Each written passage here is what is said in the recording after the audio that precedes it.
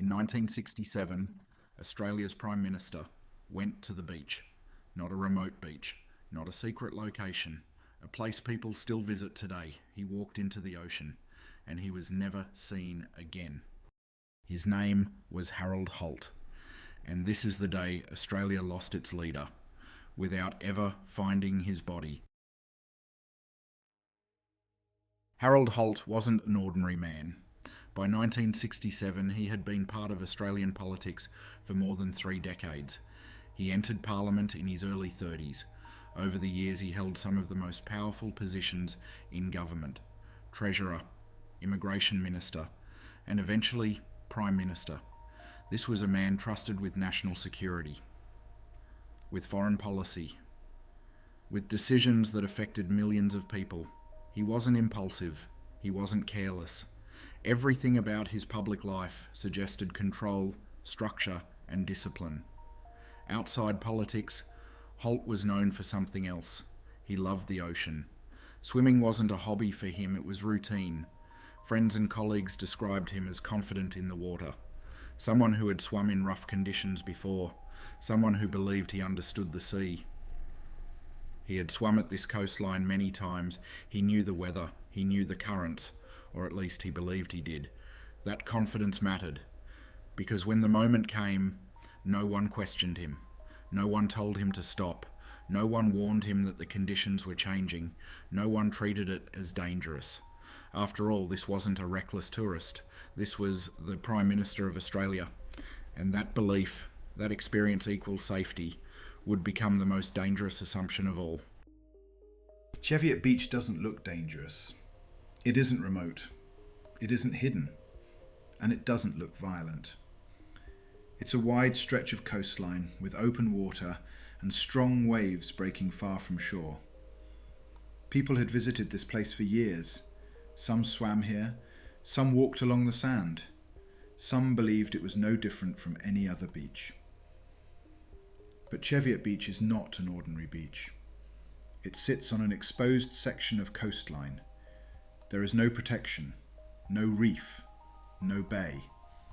When the ocean turns, it turns fast. The currents here don't pull you down, they pull you out, away from the shore, away from help, away from anything solid. Locals knew this.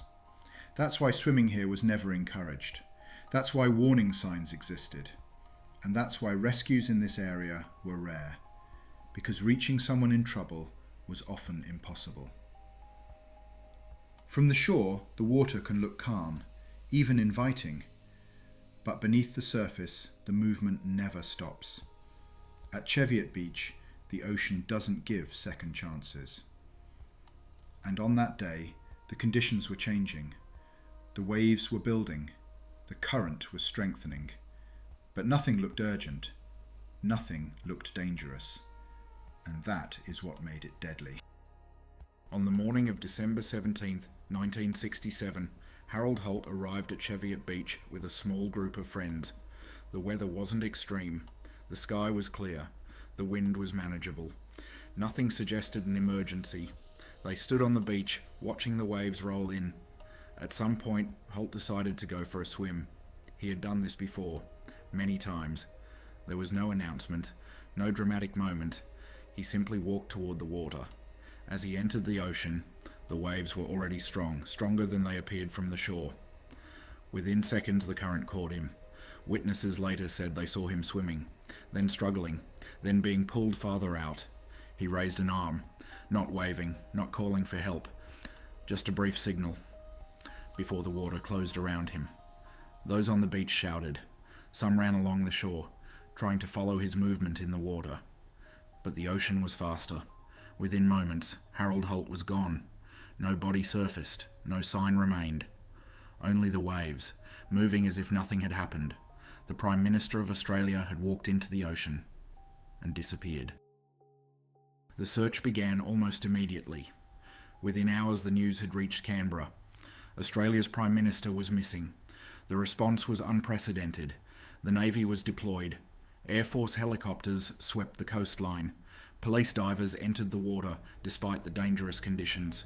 Ships searched offshore. Men walked the cliffs above the beach, scanning the surface for any sign. For days, the operation continued. The ocean was searched again and again. From the air, from the sea, from the land. Nothing was found. No body, no clothing, no trace. At Cheviot Beach, the currents moved too fast, too deep, too far. Experts explained that if someone was pulled under here, the chances of recovery were minimal. The ocean doesn't return what it takes. After several days, the search was officially scaled back, not because hope was gone, but because there was nowhere left to look. Australia had lost its Prime Minister, and the sea had kept its silence. With no body recovered, questions began almost immediately. Officially, the explanation was simple. Harold Holt had drowned. The ocean had taken him. But for many Australians, that answer never felt complete. This was not a remote disappearance. This was not an unknown man. This was the Prime Minister of Australia. Some asked why no trace was ever found, not even days later, not even weeks later. Others questioned the conditions. Had the danger been underestimated? Had confidence replaced caution? There were also darker questions. Could something else have happened? Could he have been swept farther than expected? Could the ocean alone explain the silence? Investigations found no evidence of foul play, no signs of a struggle, no reason to suspect anything beyond the sea. And yet, the absence of a body left space for doubt. Because when there is no physical proof, the mind fills the gaps. Over time, theories appeared. Rumours spread. Speculation grew. But facts remained unchanged. Harold Holt entered the ocean. He was pulled away, and he was never seen again. The mystery was not what happened. The mystery was how something so ordinary could end so completely. In the years that followed, Australia tried to move on. A memorial was built. A place to remember. A place to stand and look out at the ocean. Cheviot Beach was closed to the public, not as a punishment, but as a warning. Because some places don't need signs, they need respect. Harold Holt's disappearance became part of Australian history, told quietly, often briefly, not because it was forgotten, but because it was uncomfortable. A reminder that authority doesn't protect you, experience doesn't guarantee safety, and nature doesn't care who you are. Even today, people still visit this coastline. They stand above the water. They watch the waves. Most don't realise what happened here. And maybe that's the point. Because the ocean didn't change. The beach didn't change. Only the story did.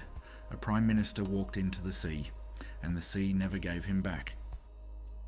This story doesn't end with answers. It ends with a coastline, with waves, with silence. Harold Holt wasn't the first person lost to the ocean, and he wasn't the last. Australia doesn't look dangerous, and that's what makes it powerful. Thank you for watching.